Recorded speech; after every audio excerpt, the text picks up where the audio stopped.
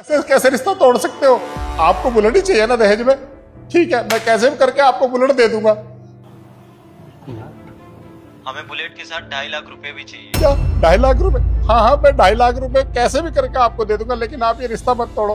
वो क्या है, मेरी बेटी की इज्जत का सवाल है। आपको 2.5 लाख रुपए मिल जाएंगे। गार्ड की नौकरी करते हो, 8,000 सैलरी है तुम्हारी, 2.5 लाख रुपए कहाँ से दे दोगे? नहीं नहीं, देखिए वो आप मुझ पे छोड़ दिए, मैं कैसे भी करके ना आपको ना पूरे 2.5 लाख रुपए दे दूंगा, पर आप ये रिश्ता मत तोड़िए, मेरी बेटी की इज्जत का सवाल है। हाँ हाँ हाँ, मैं पूरे पैसे कर दूंगा। ठीक है, फिर जल्दी से पैसे का इंतजाम करो। हाँ। पापा, आप ये सब क्या कर रहे हो? ये शादी से पहले इतना दहेज मांग रहे हैं, तो आप सोचो ना शादी के बाद कितना दहेज मांगेंगे। ये ना दहेज के लालची लोग हैं, ये कुछ भी कर सकते हैं। आप एक काम करो, इनको बोल दो कि हमें रिश्ता नहीं करना, मना कर दो पापा।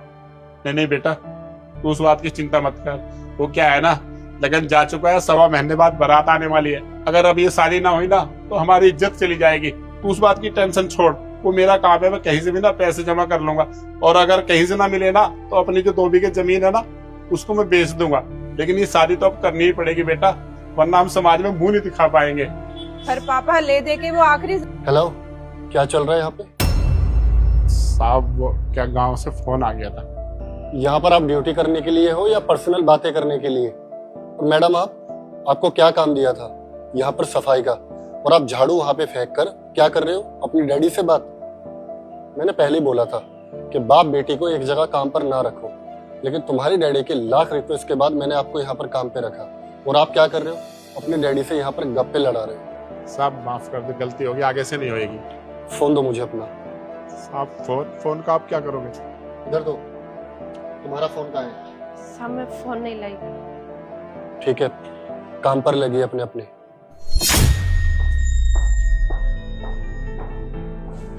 साहब फोन भी ले गए, पता नहीं अब नौकरी पे रखेंगे नहीं रखेंगे।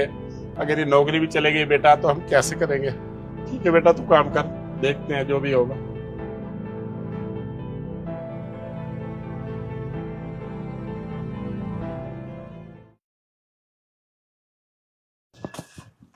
आप दोनों को ऊपर सर ने ऑफिस में बुलाया। ठीक बेटा, साहब नाराज हो गए, पता नहीं अब नौकरी पे रखेंगे नहीं रखेंगे, पता नहीं क्या करेंगे। ठीक है, चलते हैं दोनों।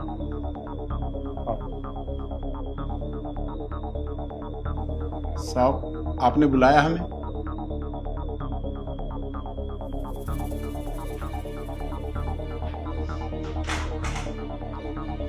साहब गलती होगी ना, आगे से कभी गलती नहीं करेंगे, और ना कभी कॉल करेंगे, और ना हम फोन भी नहीं लाएंगे, मगर साहब नौकरी से मत निकालना। अब आप दोनों ने काम के दौरान फोन यूज किया है तो नौकरी से तो निकालना पड़ेगा। और आज तो मैंने देख लिया, न जाने पीछे कितने एम्प्लॉयज ने आपको फोन पे बातें करते हुए और आपस में बातें करते हुए देखा होगा। अब खुद देखो कि इसका रॉन्ग इम्पैक्ट हमारे कितने एम्प्लॉयज पे पड़ेगा। और अंकल, आपका काम तो लोगों की देखभाल करने का है ना, कौन आ रहा है कौन जा रहा है। अब आप ही फोन यूज करोगे तो सभी फोन यूज करेंगे, सब फोन यूज करेंगे तो इसमें तो मेरा लॉस होगा ना। तो इसलिए माफी तो नहीं मिलेगी, नौकरी से तो आप लोगों को निकालना पड़ेगा। साहब हमसे गलती हो गई, हम वादा करते हैं हम कभी भी कुछ ऐसा नहीं करेंगे, पर अब नौकरी से मत निकालो साहब जी। अच्छा, तो आप लोगों को नौकरी करनी है यहाँ पे? ठीक है, नौकरी करनी है तो यहाँ पर कुछ पैसे रखे हैं, उन पैसों को उठाओ। पर साहब हम ये पैसे कैसे उठा सकते हैं, ये तो हमारे नहीं है। नौकरी करनी है तो पैसे तो उठाने पड़ेंगे ना, उठाओ। साहब हम ये पैसे नहीं उठा सकते, ये हमारे नहीं है साहब। ठीक है, आप नहीं उठा सकते तो आपकी बेटी उठाएगी, पैसे उठाओ। साहब जी हम भी ये पैसे नहीं उठा सकते, ये पैसे तो आपके हैं ना, तो इन पैसों पे हमारा कोई हक नहीं है, नहीं ले सकते। नौकरी करनी है तो पैसे तो उठाने पड़ेंगे। देख लो, लास्ट चांस दे रहा हूँ, नहीं तो नौकरी से हाथ धोना पड़ेगा आपको। चल एनीवेज, मैंने अभी आपका फोन चेक किया और मैंने आपकी बातें भी सुनी। जब आपने अपनी बेटी का रिश्ता किया तो वहां पर तो उन्होंने कोई डिमांड नहीं की थी बुलेट की, और तुम्हारी फोन की रिकॉर्डिंग भी सुनी, वहां पर भी कुछ ऐसा नहीं था। तो फिर ये अचानक से दहेज की बात कहां से आ गई? साहब वो क्या था ना, जब रिश्ता करा ना तो उन्होंने कुछ भी नहीं मांगा था, कह रहे थे हम ना ऐसे ही शादी कर लेंगे, लेकिन जब लगन सगाई सब कुछ चला गया उसके बाद वो बोल रहे हैं कि अगर हमें बुलेट नहीं दी तो हम बारात लेके नहीं आएंगे और ये शादी नहीं होगी। अब साहब हम क्या करते? अगर मुझे पहले पता चल जाता ना कि वो दहेज में बुलेट मांगेंगे तो मैं कहीं ना कहीं से थोड़े थोड़े पैसे जमा कर लेता या इस रिश्ते से मना ही कर देता। लेकिन अब तो सब कुछ हो चुका है, सारे रिश्तेदारों को पता चल चुका है बिटिया की शादी का, यहाँ तक कि कार्ड भी छप चुके हैं। तो अब आप ही बताओ साहब, मैं इस रिश्ते से पीछे कैसे हट सकता हूँ? अच्छा, जब इतनी जरूरत थी आप लोगों को तो आपने मुझसे पैसे क्यों नहीं मांगे? साहब अभी 6 महीने हुए हैं आपके पास काम करते हुए, भला हम आपसे पैसे कैसे मांग लेते? और मेरे कहने पे आपने ना मेरी बिटिया को भी काम दे दिया, तो हमारी हिम्मत नहीं पड़ी साहब आपके पास आने की। ठीक है, 2.5 लाख रुपए चाहिए ना आपको अपनी बेटी की शादी के लिए, ये रखो और कराओ बिटिया की शादी। नहीं साहब, हम ये पैसे नहीं लेंगे। वो क्या ना, गांव में मेरी 2 बीघे जमीन है ना, मैं उसे बेच दूंगा और उसी पैसे से बिटिया की शादी कर लूंगा। देखो, तुम्हें अपनी पुश्तैनी जमीन बेचने की कोई जरूरत नहीं है, ये पैसे रखो और शादी कराओ। पर साहब हम ये कर्जा कैसे उतारेंगे? मैंने बोला ना, ये पैसे उठाओ, नहीं तो अब तुम दोनों नौकरी से जाओगे, समझे? उठाओ।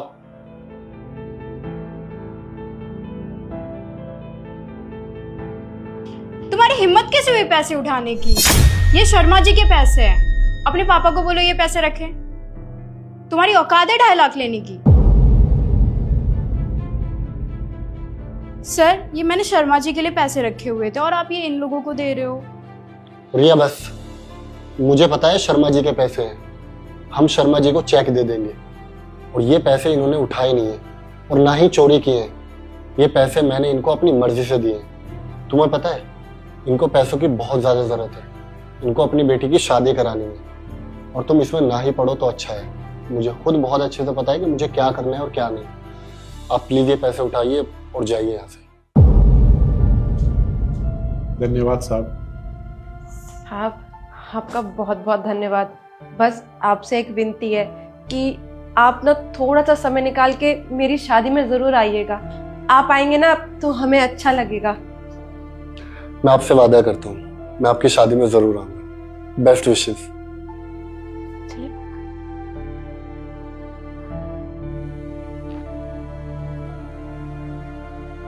सर, आपने ये क्या किया? मामूली से गार्ड को 2.5 लाख रुपए दे दिए।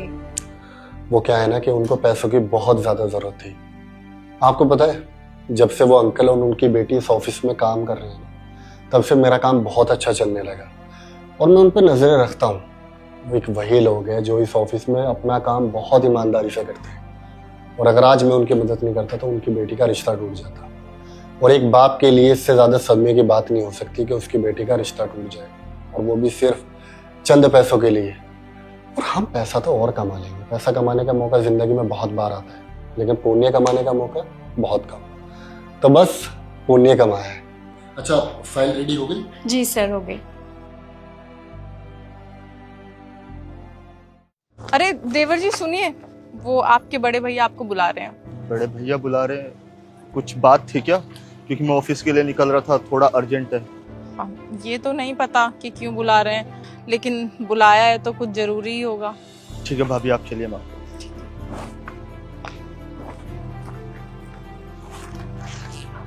हाँ चल दिए, कोई भी जरूरत नहीं है वहाँ जाने की। बड़े भैया बुला रहे, कुछ अर्जेंट बात करनी होगी तभी तो बुला रहे हैं ना।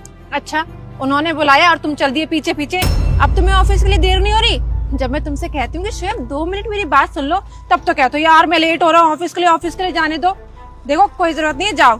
और हाँ, आज ना हमारी एनिवर्सरी है, अगर तुम ऑफिस लेट से पहुंचे तो घर लेट से आओगे, इसलिए जल्दी जाओ ताकि जल्दी टाइम पे आओ। देविका, तुम कैसी बातें कर रही हो? ये बड़े भाई है वो मेरे, कुछ अर्जेंट बात करनी होगी उन्हें, तभी तो मुझे बुला रहे, वरना भाभी मुझे बाहर तक क्यों बुलाने आती? 2 मिनट की बात है, मैं सुन के आ जाता। अरे यार, उन्हें ना कोई भी काम नहीं है। भैया भाभी की ना आदत हो गई है राजा की तरह बैठ के खाने की और हुक्म चलाने की। तुम भैया भाभी की चिंता मत करो, मैं उन्हें कुछ भी बोल के टाल दूंगी बात को, तुम ऑफिस जाओ। बड़ों की बातें ना टाली नहीं जाती, सुनी जाती है, और वो मेरे बड़े भाई है।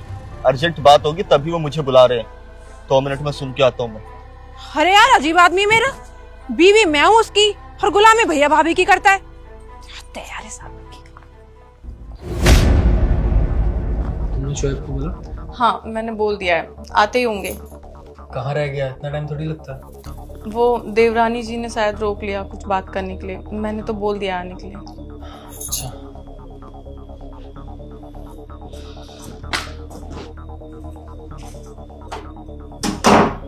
भैया आपने बुलाया मुझे, भाभी बोल रही थी कुछ अर्जेंट बात करनी है। मैं भी तो जरा सुनो कि मेरे पति से क्या गुलामी करवाते हैं ये लोग। हाँ बुलाया। जरा ये ले पैसे रख। किस लिए? आज तेरी एनिवर्सरी है ना, तो देविका को कोई बाहर लेकर जा, कुछ खिला पिला।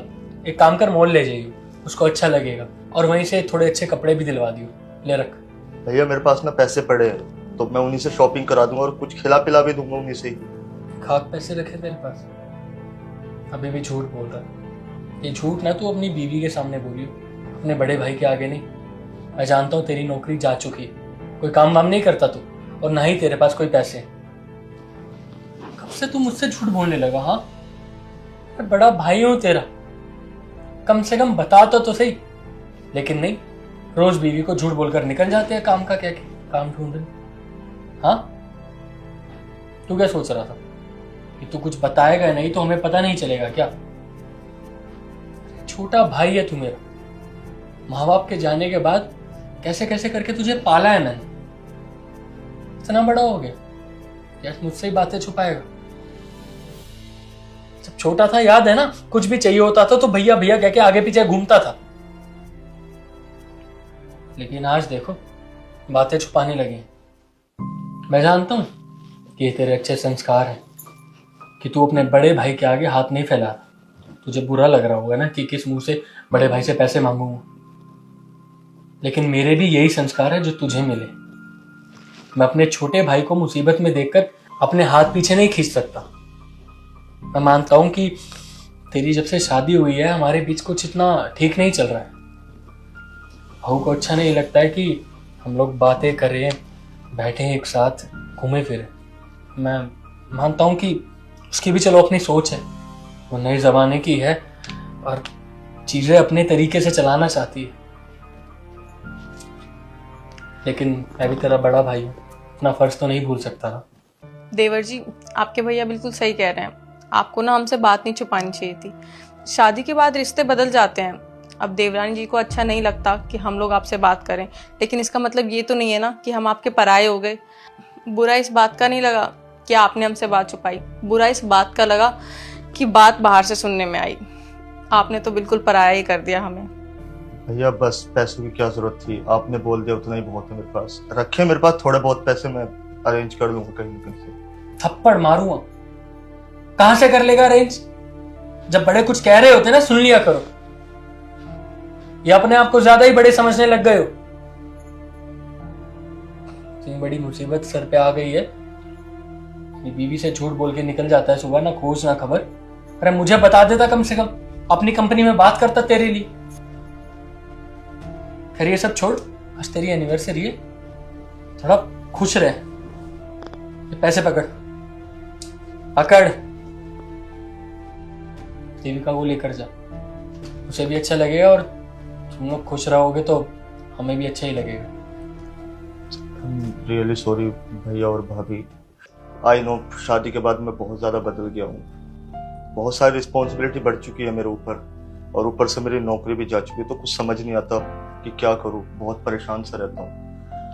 आप लोगों से बात करने का भी दिल करता है, और आप तो समझ ही सकते हैं ना भैया, शादी के बाद सब कुछ चीज़ें कितनी बदल जाती है। मैं चाहता नहीं था बदलना, लेकिन ज़िंदगी ने ऐसे मोड़ पे लाके खड़ा कर दिया, मैं चाहकर भी कुछ नहीं कर सकता। मेरा भी मन करता है कि आप लोगों से आके बैठ करके बातें करूँ, शेयर करूँ सारी चीज़ें, लेकिन मजबूर हो जाता हूँ। और थैंक यू सो मच भाभी, मुझे पता नहीं था कि आप इतनी अच्छी हो।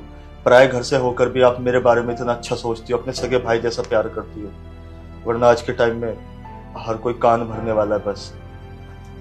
और आज के बाद अगर कोई भी परेशानी होगी मेरे ऊपर, मैं सबसे पहले आप दोनों से जाकर शेयर करूंगा। बस ये मेरी गलती समझकर माफ कर दो। ठीक है भैया, मैं चलता हूँ।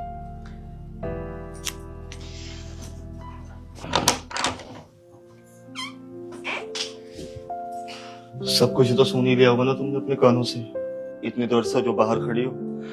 देख लिया मेरे भैया और भाभी कितने अच्छे हैं। आज हमारी एनिवर्सरी है, उसी चीज के लिए पैसे दिए उन लोगों ने, क्योंकि मेरे पास नौकरी नहीं थी और मैं तुमसे झूठ बोलकर जाया करता था कि मैं ऑफिस जा रहा हूँ, लेकिन मैं ऑफिस नहीं जॉब ढूंढने जाया करता था। और ये बात मेरे भैया और भाभी को पता चली तो उन्होंने मुझे पैसे दिए। भैया और भाभी तुम्हें छोटी बहन की तरह मानते हैं और तुम्हें ना दुश्मन की नजरों से देखती हो। जिस दिन तुम इस घर को अपना मानने लगी ना, उस दिन इस घर में अलग ही रौनक होगी, समझी? लो ये पैसे रखो, मैं चलता हूँ इंटरव्यू देने के लिए, कहीं लेट ना हो जाओ। हाँ शोएब, मैंने सब कुछ सुन लिया और भैया भाभी तो मुझे अपनी छोटी बहन मानते और छोटी बहन जैसा ही प्यार करते हैं, और मैंने देवता समान भैया भाभी पे कितना बुरा शक किया, ना जाने उन्हें क्या क्या मैंने कह दिया। और जो कुछ भी मैंने कहा ना, अब मुझे बहुत ज्यादा बुरा लग रहा है। भैया भाभी तो कितने अच्छे, कितना प्यार करते हैं तुमसे, मुझसे, और हमारे बारे में कितना सोचते हैं। उन्हें लगता है कि ये सब मेरी बचकानी हरकत है, पर मुझे ना बहुत ज्यादा बुरा लग रहा है और मैं भैया भाभी से ना खुद जाके माफी मांगूंगी। शोएब, मैं ये कह रही थी कि हम जब एनिवर्सरी पे जाएंगे साथ में, तो भैया भाभी को भी साथ ले चले। ये तो बहुत खुशी की बात है। ठीक है, मैं एक काम करता हूँ, इंटरव्यू दे करके आता हूँ जॉब के लिए। तुम भैया और भाभी को बोल देना रेडी हो जाए, फिर शाम में सब साथ में चलते हैं। ठीक है, मैं चलता हूँ।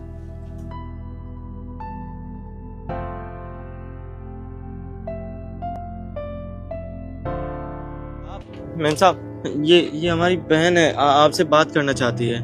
क्या बात करनी है, जल्दी बोलो, हमारे पास ज़्यादा टाइम नहीं है। मैम साहब, मैं ना पढ़ना चाहती हूँ और अपने भाई का नाम रोशन करना चाहती हूँ। हाँ तो पढ़ो लिखो, हमने कब रोका है? पढ़ाओ अपनी बहन को, हमें क्यों बता रहे हो? वो मैम साहब, एक मजबूरी है जिसकी वजह से मैं आगे नहीं पढ़ पा रही हूँ। अच्छा, ऐसी कौन सी मजबूरी है भाई जो तुम्हें पढ़ने लिखने से रोक रही है? जरा मुझे भी बताइए। साहब, मेरे भाई की जितनी सैलरी है ना, उस सैलरी में घर का खर्चा ही बड़ी मुश्किल से चलता है, और मुझे ना इंजीनियर बनना है, और इंजीनियर बनने के लिए मुझे कोटा जाना पड़ेगा। अब आप तो जानते हैं ना कि कोटा जाना, वहाँ पे हॉस्टल लेना, एडमिशन लेना, बुक्स, क्लासेस सब कितनी महंगी होती है। इन सब के लिए पैसा कहाँ से आएगा? हाँ तो ठीक है, अच्छी बात है, तुम पढ़ना चाहती हो तो अपनी फैमिली से बात करो ना, हमें क्यों बता रहे हो? मैम साहब, हाँ हमारा इस दुनिया में कोई नहीं है। माँ बाप एक एक्सीडेंट में मारे गए। जब से मैं इसको पाल पोस रहा हूँ, मैं इसका बड़ा भाई हूँ। मैं भी कोई अनपढ़ नहीं हूँ, मैं भी 12वीं तक पढ़ाई किया हूँ, लेकिन जब से मेरे सर पे जिम्मेदारी मेरी छोटी बहन की आई तो मैंने अपनी पढ़ाई छोड़ दी।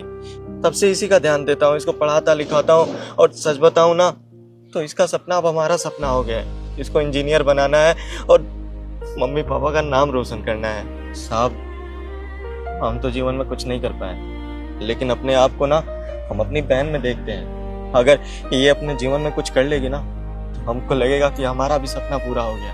हाँ, आपको पता है साहब, ये बहुत तेज है पढ़ने लिखने में। स्टेट में ना 1 नंबर पे आई थी। अब गांव के प्रधान आए थे इसके साथ फोटो लेने के लिए। इसका पेपर में भी फोटो आया था। ठीक है, लेकिन ये सब मुझे क्यों बता रहे हो? ये बताइए ना कि हमसे क्या मदद चाहिए आप लोगों को। मैंने भैया से कहा था कि आप अपने साहब और मालकिन से बात कर लो, लेकिन भैया की हिम्मत नहीं हो रही थी। आज बड़ी मुश्किल से जाके भैया ने हिम्मत जुटाई है। वो अगर आप दोनों हमारी पैसों से मदद कर दें तो। पर आप उस चीज़ की चिंता मत करना, मेरे भैया तो आपके यहाँ जॉब करते ही है ना, तो वो धीरे धीरे करके पैसे चुका देंगे। अच्छा, वैसे कितने पैसे चाहिए तुम्हारी बहन की पढ़ाई के लिए? साहब, इसने हमको बताया कि वहाँ एडमिशन कराने का, रहने का सारा खर्चा 2 लाख में हो जाएगा। साहब, बस 2 लाख रुपए का मदद कर दीजिए, विनती है हमारी। 2 लाख रुपए? तुम्हें पता भी है 2 लाख रुपए कितने होते हैं? It's a very very huge amount.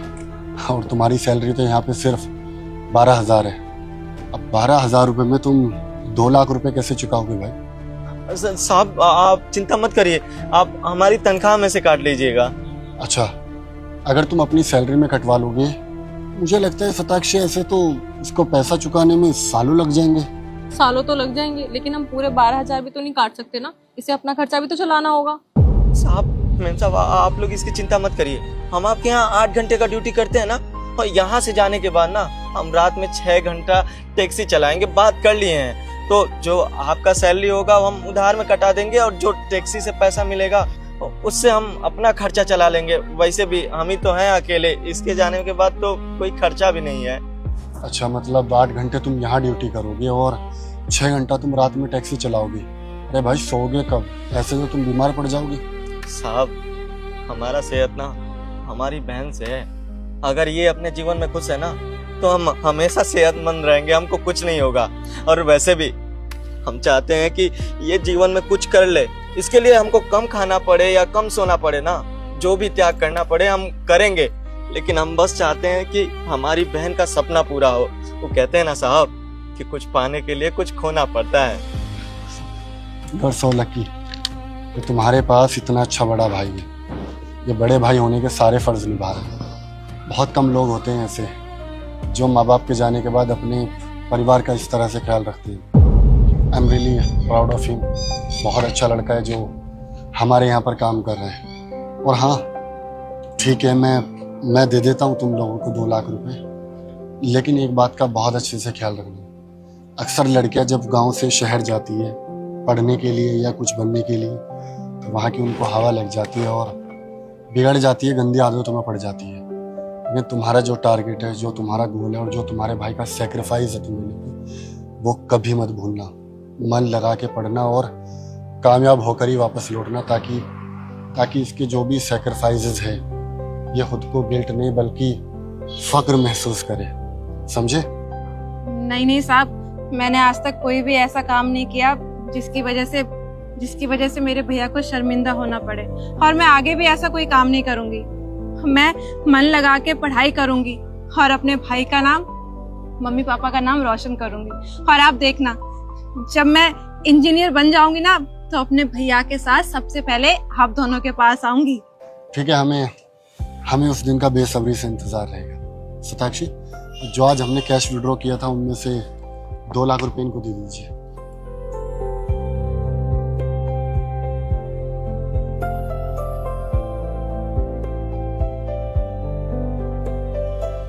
शुक्रिया साहब, शुक्रिया मैम साहब। आप लोगों ने ना हम पे बहुत बड़ा एहसान किया है। ये एहसान हम जीवन भर नहीं भूलेंगे। एहसान वाली कोई बात नहीं है। एक इंसान ही दूसरे इंसान के काम आता है।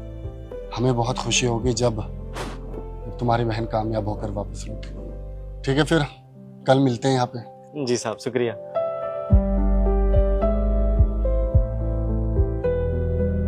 भाभी पेट भर गया, अब नहीं। लास्ट बाइट है, खा लो। अब और नहीं, अब पेट भर जाएगा मेरा। एक बाइट और। नहीं भाभी प्लीज। चलो ठीक है, लेकिन रुको, मैं तुम्हारे लिए लंच लेकर आती हूँ। ठीक है? कुछ सीखो भाभी से, बहुत प्यार करती है मुझसे। ये लो। थैंक यू भाभी, इसे भी कुछ सिखाओ। सीख जाएगी, अभी छोटी है, धीरे धीरे सब समझ में आ जाएगा। और सुनो, इसमें छोले चावल बनाया, छोले बच के घर वापस नहीं आने चाहिए। बिल्कुल, बाय।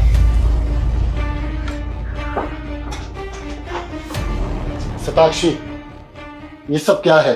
क्या हो गया? तुम्हें कितनी बार बोला यार, वो बच्चा नहीं है। तुम हर बार उसको अपने हाथों से खाना खिलाते हो, उसकी बीवी को कैसा लगेगा? हमेशा हाथ से ही खिलाती हूँ, इसलिए आज भी खिला दिया। इसमें क्या हो गया? सताक्षी, इस बात को तुम्हें समझना होगा। वो अनमैरिड नहीं है, उसकी शादी हो चुकी है। उसका ख्याल रखने के लिए उसकी खुद की बीवी है। अच्छा ठीक है, आगे से ध्यान रखूंगी। तुम ये बताओ, तुमने नहा लिया? हाँ ठीक है, बैठो, मैं नाश्ता लगाता हूँ। चलो।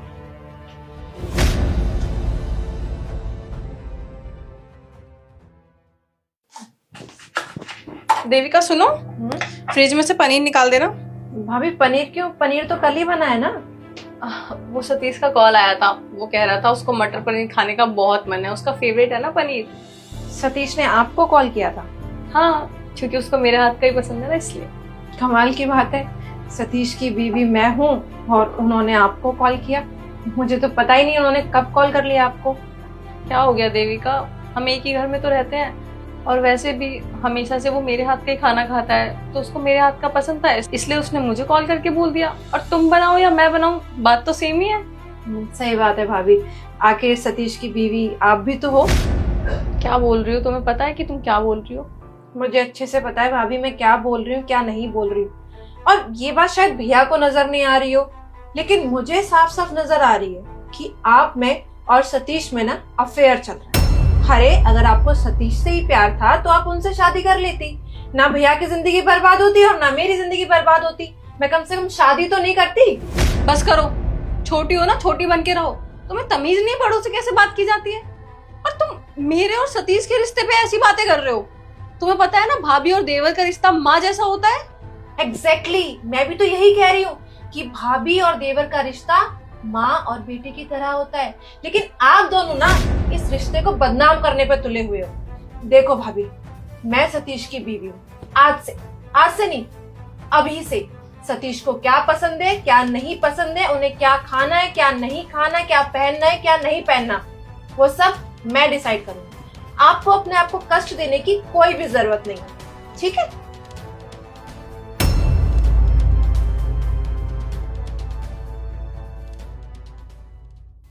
अच्छा सुनिए, मैं ये कह रही थी कि हमारी शादी को 6 महीने हो गए और मुझे आपके बारे में कुछ भी नहीं पता। आपको खाने में क्या पसंद है, क्या नहीं पसंद है। अगर आप मुझे बता देंगे ना तो जब भी आप ऑफिस जाया करेंगे तो मैं अलग अलग डिश बना के दे दिया करूंगी आपको। यार देखो, अगर तुम्हें मेरे बारे में जानना है ना तो आई थिंक मुझसे बेटर भाभी मेरे बारे में जानती है कि मुझे क्या पसंद है, क्या नहीं पसंद है, खाने में क्या पसंद है, पहनने में क्या पसंद है, कहाँ जाना पसंद है। तो आई थिंक तुम्हें भाभी से पूछना चाहिए।